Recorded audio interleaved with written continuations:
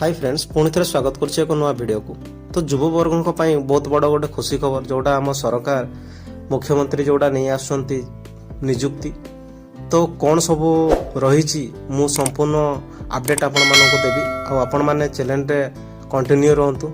तो सर्वप्रथम चैनल रे नुआ करी आसीथिले चैनल को लाइक करदेवे एवं भल लगी सब्सक्राइब करदेवे एवं पाखरे थिबा बेल आइकन टी दबाइ देबे। तबे चलंतु वीडियो को स्टार्ट करनवा। मुख्यमंत्री को बड़ घोषणा, चलित वर्ष सरकार देवे 40,000 चाकरी। तो फोकस रे रहिबे आईटी।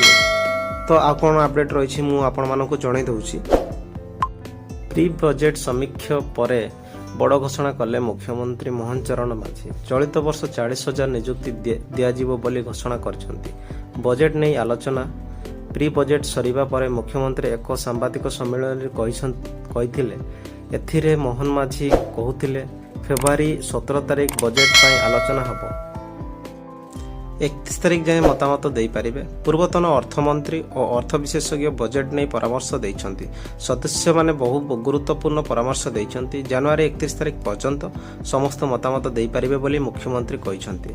तो चलित वर्ष 40,000 नियुक्ति 1.5 लाख नियुक्ति नहीं सरकार प्रतिश्रुति करथिले। चलित वर्ष सरकार 40,000 नियुक्ति देबे। विशेषकर आईटी, पेट्रो केमिकल्स, आग्रो इंडस्ट्री गुरुत्व दियाजिबो बोली मुख्यमंत्री मोहन माझी कहिसंती। तो आउ कोन रही ता भी मैं आपण मानक जणाई दउची।